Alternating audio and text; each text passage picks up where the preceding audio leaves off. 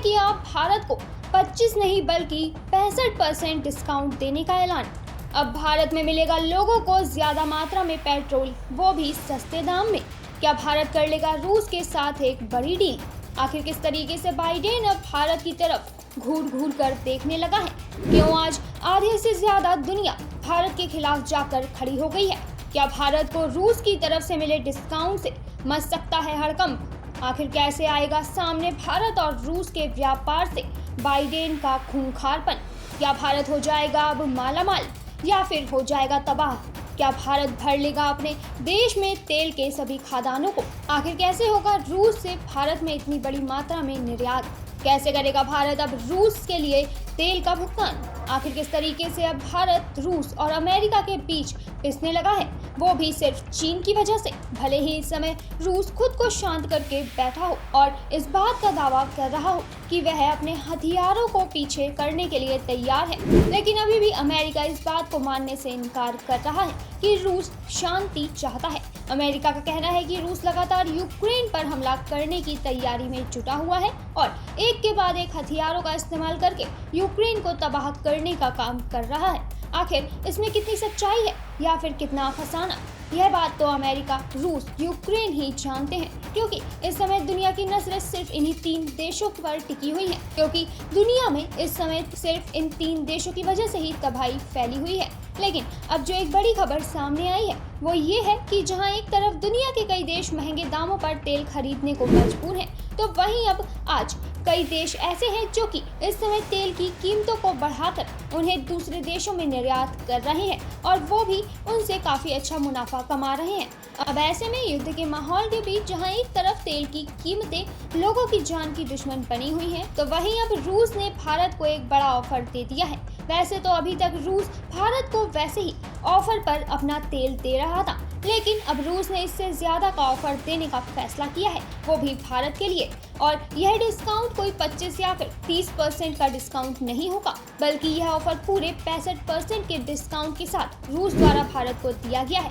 तो अब इस ऑफर के साथ भारत को जो मुनाफा होगा उसके बारे में तो आप सोच भी नहीं सकते हैं। अगर आप भी इस समय बढ़ती महंगाई से परेशान हैं, तो हो सकता है कि यह खबर आपके चेहरे पर खुशी ला देने वाली हो, लेकिन इस खुशी की खबर ने भारत को बड़ी दुविधा में डालकर रख दिया है। हो सकता है कि अब भारत को रूस के साथ तेल की डील को करने में एक लंबे प्रोसेस को अपनाना पड़े। आखिर यह प्रोसेस इतना लंबा कैसे होगा? अगर आप भी जानना चाहते हैं इसके बारे में, तो हमारे साथ इस वीडियो के एंड तक बने रहें। और अगर आपको यह वीडियो पसंद आए तो इसे लाइक, शेयर और कमेंट करना बिल्कुल ना भूलें। अगर देखा जाए तो विश्व में आज सभी देश सऊदी अरब, ईरान, वेनेजुएला जैसे देशों से तेल आयात करते हैं। अमेरिका के प्रतिबंधों के चलते सभी देशों ने रूस से तेल खरीदना बिल्कुल बंद कर दिया है। अब ऐसे में जब दुनिया रूस से तेल नहीं खरीद रही है, तो रूस को अपना तेल बेचने के लिए एक बड़े उपभोक्ता की जरूरत है और उस उपभोक्ता के रूप में रूस ने भारत को चुना है।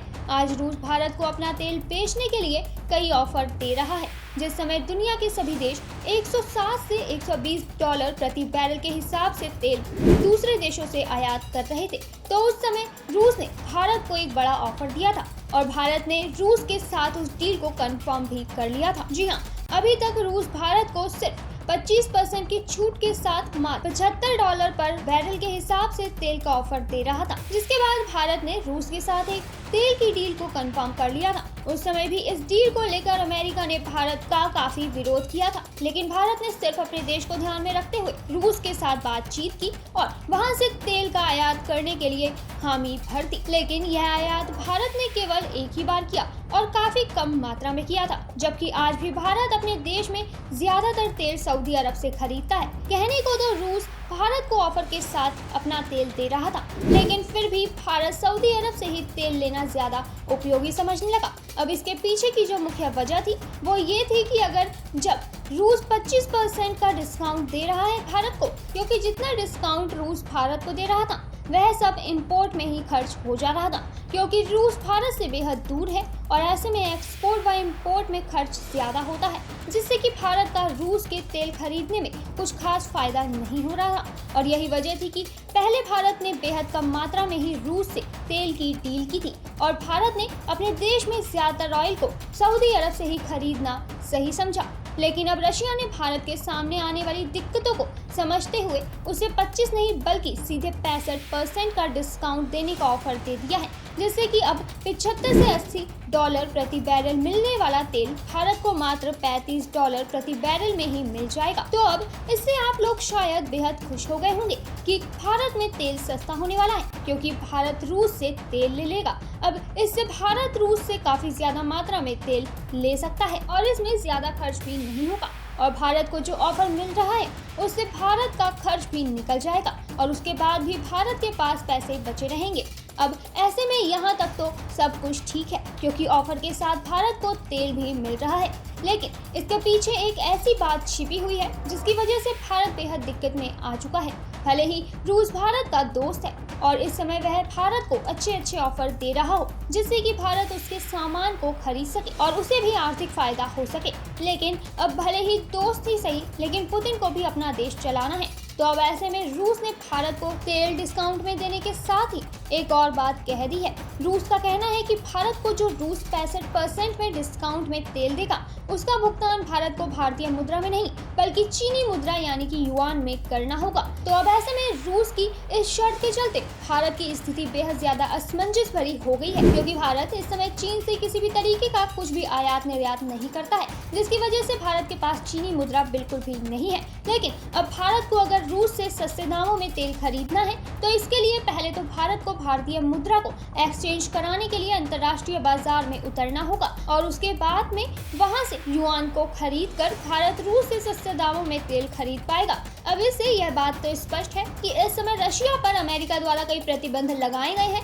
जिसके बाद वह डॉलर में किसी भी तरीके का कोई आयात निर्यात नहीं कर सकता और भारत से व्यापार करने के बाद भारत की मुद्रा को रूस अपने पास रख लेता है तो उसका कोई भी फायदा नहीं होगा, क्योंकि चीन तो सिर्फ युआन में ही व्यापार करता है और इस समय रूस सिर्फ अपने देश में सामान को आयात निर्यात करने के लिए ज्यादातर चीन से ही बातचीत कर रहा है और चीन के साथ ही व्यापार कर रहा है। अब ऐसे में अगर भारत को रशिया के साथ अपने व्यापारों को जारी रखना है तो उसे युआन की जरूरत होगी, जिससे कि रशिया को भी फायदा हो सकेगा। पर अगर आप सोच रहे हैं कि भारत के लिए युआन को लेना बेहद आसान है तो यह बिल्कुल गलत है। भारत अंतर्राष्ट्रीय बाजार से युआन को खरीदना सिर्फ चीन, रूस और भारत के ही बीच की बात नहीं है, बल्कि इसमें अमेरिका भी जुड़ा हुआ है। भारत के लिए अपनी करेंसी को चीनी मुद्रा में कन्वर्ट करवाना, पूरी तरह से अमेरिका के विरोध में जाकर रूस के साथ व्यापार करना तो है ही, लेकिन इसका मतलब स्पष्ट है कि भारत चीन से जुड़ा हुआ है, यानी कि भारत द्वारा चीन की मुद्रा को लेना